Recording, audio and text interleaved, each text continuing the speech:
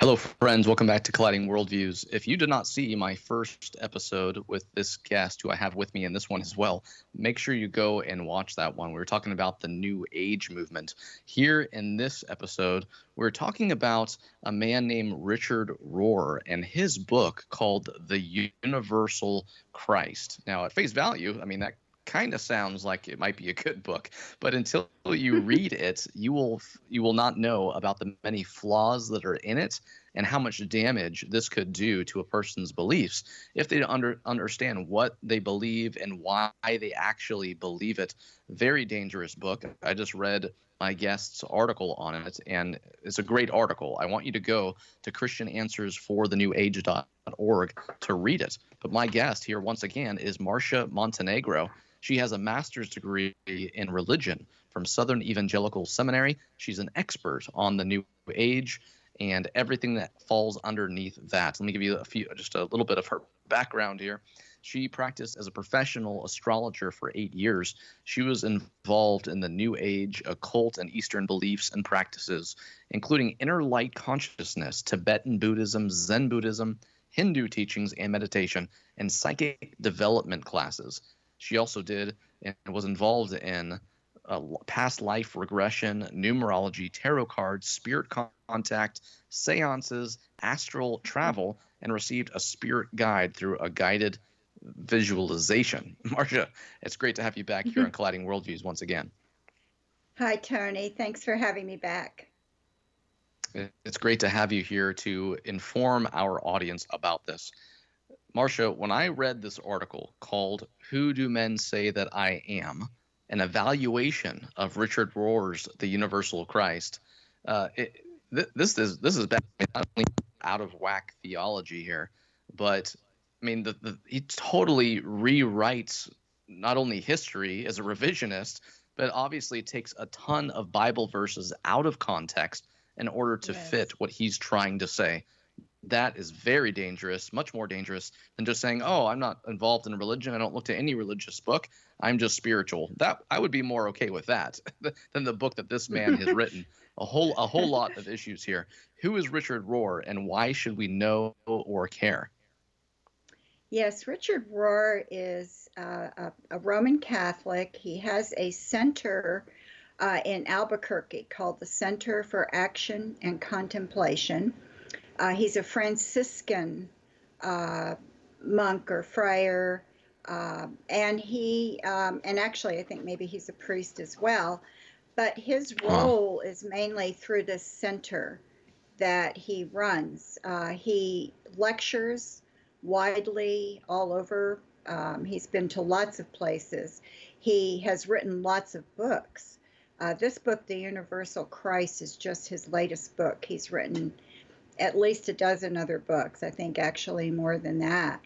And he has a blog.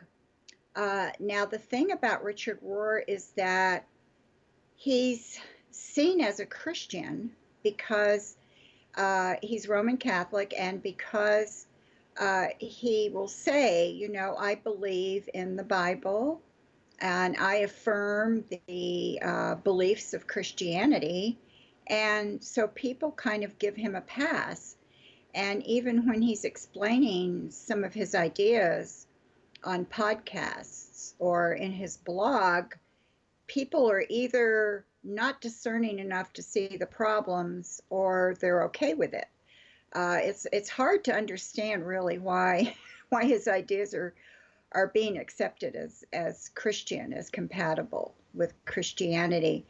But he's very influential. He especially was an influence on what we call the emergent movement in the church, which would be Rob Bell, Brian McLaren, Tony Jones, several other people. And that movement actually became progressive Christianity. And Richard Rohr is very much admired by people aligned with progressive Christianity. When you go through this thing, you talk about the perennialism, panentheism, and the Jesus/Christ distinctions and the errors. You told me earlier, Marcia, that this article was, what, 4,000 words or something like that. You cut it down to what you have now. And just this alone will be very educational for people who either own this book or have heard about it or maybe bought it but just haven't read it yet. Hopefully this article is something that they read before that, because you talk about a bunch of different issues and errors that he has. You actually give the biblical context to different verses that he completely takes out of context in order to Yes. Just make them fit his whacked theology, from what I see in your article here. Panentheism, using First Corinthians in order to try to back up his view, a completely different understanding of who Jesus Christ is. And we see this in all the different man-made religions. Either we are equal or can become equal to God, or bringing God down to our level. And of course, he's doing pretty much both here, it seems like, in different ways. But what are some of his ideas? Yes, and I should explain those three things you mentioned. Panentheism is not pantheism. Pantheism is the belief that God is all and all is God. So creation is identified with God as God. Panentheism is a little more subtle. It's God is in creation, but also transcends it, and creation is in God.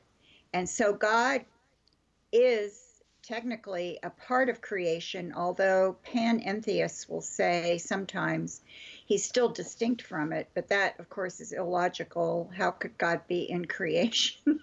If he's distinct from it, then he's not in creation. So there's a problem there. But that's what some of them will say. Richard Rohr has been a very open panentheist. He's very open about it. It's all over his blog. He's not shy about saying he's a panentheist. So he doesn't try to hide that at all. But the problem is, of course, a lot of people don't know what panentheism is. And even when they hear it, they may think, well, that's just God's omnipresence. God is omnipresent. God is present everywhere. And so that's what Richard Rohr means. But of course, that's not what he means. So that's one big problem area. The other big area is perennialism. The perennial philosophy is the idea that there is one divine reality behind all religions, and that religions on the surface are different and have different teachings, but underneath, at the core of all religions, is one core belief and one core experience. And so the people who are perennialists often will say mysticism is one way that you can find the commonality between all of the different beliefs. So mysticism in Sufism, which is very mystical oriented, mysticism in Judaism, mysticism in Christianity, mysticism in any religion, they will say the experience is the same and has the same truth in it. And that's where the lines are erased between the religions. So they teach this one core truth. Aldous Huxley was a big advocate of this and wrote a book on it. And he kind of triggered the modern movement of perennialism. And actually, if you search at people who want to know more, there's many YouTube videos of people who claim to be perennialists explaining their viewpoint. So Richard Rohr is a perennialist. He has that on his blog as well, and he has it in the book. And then the other aspect of his teaching that should be discussed is his Jesus Christ distinction. And this is kind of subtle because he'll say, yes, God was in Jesus. He doesn't deny the deity of Jesus. He doesn't deny the incarnation. He doesn't deny the bodily resurrection. So, people hear that and think, well, he can't be that far off about Jesus. Yeah. However, he will say things like, Christ is bigger than Jesus. Christ said things Jesus never would have said. And he says in his book that the Jesus Mark, Matthew, and Luke wrote about is not the same Jesus Christ that Paul wrote about. Paul wrote about Christ. He didn't write about Jesus, according to Rohr. And Paul had understood that there was a new paradigm, and Christ introduced this new paradigm for reality and for spirituality. And Paul understood this, and this is what he was trying to teach in his epistles. But the church for 2,000 years has missed out on that. So Richard Rohr is telling us that Christianity basically has not fully understood Christ for 2,000 years. We sort of got Jesus right, but we didn't get Christ. And so he makes this distinction, not saying they're two different people, but Jesus embodied this Christ. And then after the resurrection, the Christ sort of, I guess, my way of understanding is the Christ was sort of like a balloon and just expanded and expanded. And Christ is like a power that is drawing all creation to a point of perfection. And because of Rohr's panentheism, everybody's already in Christ, so there's no need for salvation. Yeah, I was reading right here. It says that you're quoting him, saying Christ is the name for the very shape and meaning of the universe. Yes, Jesus reveals this wonderful message in human form, showing us the full meaning of our own lives. I mean, this guy's pretty much started at least a theological cult, if not just a new man-made religion, and using the verses from the Bible to try to back up what he believes. And Marcia, I mean, the greatest opposition to this is if every Christian had sound theology. They had a sound biblical doctrine of God. If you have a good doctrine of God, if you have theology proper and creation down, then you won't fall for this, and you'll see the blatant errors in his writings. The most dangerous part here, Marcia, as you know, is Christians who aren't reading the Bible, don't do any studying outside the Bible itself, don't even have a study Bible or anything like that, and they're looking to books such as Richard Rohr's as their interpretive guide on the Bible itself. So there's obviously a lot of errors here. Any other serious concerns about his views of Jesus? Well, yes, the atonement. First of all, Richard Rohr very much dismisses sin as a problem. He downgrades it in the book. And if you downgrade sin, then of course the atonement loses its meaning or its importance when Christ died on the cross to pay the penalty for sins. Well, if sin doesn't really matter, then that's not what Christ was doing on the cross. So his views of the atonement are more along the lines of Christ was suffering so that we can learn from suffering ourselves, and we can see that suffering as a way to understand things, to sympathize with people in their suffering. He just takes a complete different message from Christ on the cross because he doesn't think there is a penalty for sins. Since everybody is in Christ already, sin isn't separating us from God, in other words, in his view. Therefore, he has to change the whole meaning of the atonement because it doesn't fit what he believes. So he changes it by downgrading sin and making it into this emblem of suffering. He says something like reality has a cruciform pattern to it. And he talks about suffering a lot and empathizing with people who suffer. He has a very strong social justice message, which appeals to a lot of people. And also, he recently had a Universal Christ Conference in New Mexico, and there was a news article about it I read, and it attracted a lot of millennials who are disillusioned with these are millennials who have a Christian background, who have already been disillusioned by their church or by Christianity, or who are growing disillusioned or who have doubts and questions. And they interviewed several of these people who said Richard Rohr was giving them what they wanted to hear. What his words were comforting to them, his words were refreshing.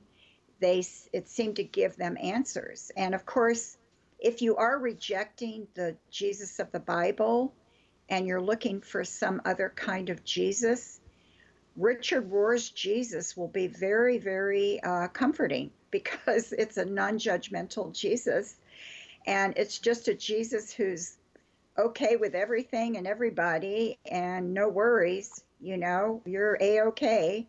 And just go on your path and understand that this Christ energy is pulling you and pulling everyone towards this wonderful point of perfection. So yeah, that's a comforting message if you want to reject what the Bible teaches. 2 Timothy 4:3 says, "For the time is coming when people will not endure sound teaching, but having itching ears, they will accumulate for themselves teachers to suit their own passions." And this lines right up with what you just said. That when youth, adults, whoever say, "Well, I like this teaching. This sounds better to me. This sounds nicer than the sound biblical teaching that I received growing up," or "I don't like what my study Bible says here, which references scholars on the subject who know the original languages. I'd rather read this because it sounds better to me. It makes me feel better." And of course, that is one of the many issues in here. Now, you talk about Richard Rohr in your great article here. You quote him in what he wrote in The Universal Christ. How long ago did that book come out? It just came out in March, so it's very new. Oh, okay. I read it in April, and I think I wrote my article by the end of April. I actually had to put aside other work and other things I was doing and just focus on that so I could get it done. I wanted to get it done because it had just come out, and I was, very motivated to get my article finished so it would be up there for people to have in case they wanted to know about this book. And Marcia, I'm so glad that you did that. And folks, she has a great article here. Again, it's called "Who Do Men Say That I Am? An Evaluation of Richard Rohr's The Universal Christ." And you can find this on our website, ChristianAnswersForTheNewAge.org. Marcia is an expert on this. Again, she has a master's degree in religion from Southern Evangelical Seminary, a great school, by the way. And she she's been in this. It's not like she just learned about something and then now writes papers on it. She used to be involved in the New Age herself, and that in all the different things that I mentioned earlier, you can read in her bio. She is from she grew up in this. I mean, she was involved in this for many years as a professional in the New Age stuff and everything that falls underneath that. And we're so blessed as a church body to have Marcia now as a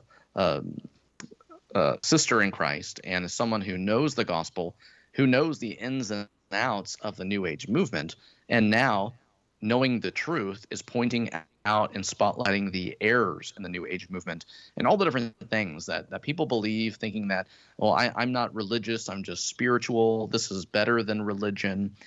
This gets me more in tune with the universe or who God truly is, or maybe this universal Christ who Richard Rohr talks about here. Does he influence evangelicals, and if he does, how does he influence them? And let's qualify that too. When we say evangelicals, we want to separate that into Christians who actually know the Bible, have studied theology, who actually like reading good books, good Christian books, whether there be apologetics, philosophy, theology, etc., versus your group of evangelicals who would just say, well, I'm a Christian because, I grew up in Sunday school, or, I was baptized, many years ago. I try to go to church when I can. I don't do it regularly. I don't really read the Bible on my own. If we separate evangelicals into those two categories, who was Richard Rohr influencing and how was he doing it? Well, he is primarily influencing those who aren't very biblically literate, or as I mentioned earlier, some who grew up Christian and became disillusioned with the church are very much drawn to Richard Rohr because they see that as a Christianity they can embrace, even though it's not actually Christianity. It's Richard Rohr's form of Christianity. But he influences people like that and people who don't know, haven't studied the Bible well, or don't understand the nature of God, which to me seems to be a recurring problem in the church because not understanding the nature of God leads to all kinds of erroneous ideas or embracing erroneous ideas. And I'm seeing a lot of that. But he has an influence through the progressives. He actually influenced them, but then some of the progressives, some people are, they're not always in one camp or another. Sometimes they're transitioning from one camp to another. So sometimes they're a conservative evangelical, or they view themselves that way, but they're transitioning to the progressive camp. And in that transition, they may embrace some of the progressive Christian ideas and come across Richard Rohr, and maybe without exploring what he's really teaching, may embrace some of his ideas that sound okay. And then they influence in turn other people. So people, get influenced by them, even if they're not totally in the progressive camp. I do want to mention this, even though it's really a topic all by itself. But one of the ways, actually, Richard Rohr has influenced even some conservative evangelicals is the teaching of the Enneagram, or the Enneagram. His book on the Enneagram, which came out several years ago, made its way through the rank and file of the progressive Christians and down into, all of a sudden, because of Richard Rohr and the popularity of his book, some publishers perceived as Christian and evangelical, Zondervan and InterVarsity, have published books on the Enneagram. And the author of one of them, or the co-author, or actually there's two authors who went on tours through churches and seminaries a few years ago teaching the Enneagram. And all of a sudden it's caught on now. It was kind of not there as a big thing. And then in the past, I can't believe it, honestly, in the past 6 months, it's not even 6 months, even the past 3 months, it has rapidly increased because I'm getting a lot of people contacting me for information. Now, the Enneagram, the reason it didn't come from Richard Rohr, but it's popular because of him. I think that progressive influence has a way of leaking into the evangelical church. And people are just accepting what is being said about the Enneagram, even though it's false. And I have 2 articles on that on my website if people want to read that, and I've done a lot of posts on Facebook on it.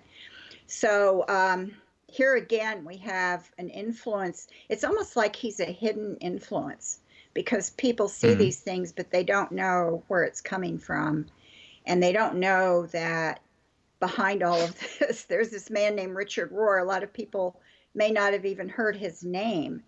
And I find that to be true a lot, that there's influences from things that people, they may not know the name of the person or the name of the idea or anything, but they still get influenced by it.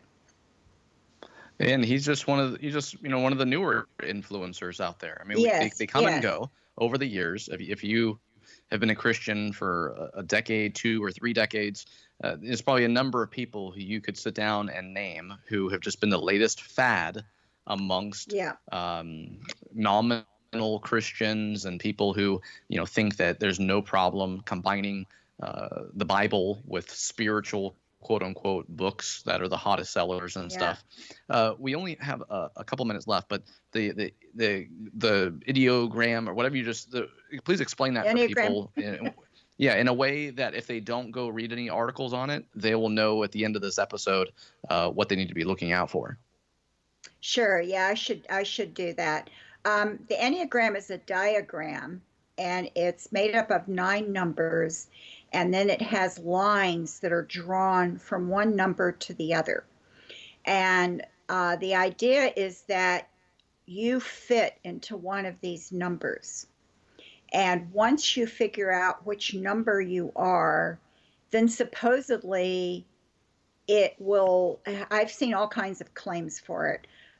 In the Christian world, there have been claims for it that it will show your weakness and what you need to work on, or sometimes it will show your strength. By comparing yourself to these other 2 numbers, it's supposed to give you cautions or ways to motivate yourself. I have seen it advertised as a way to get closer to God.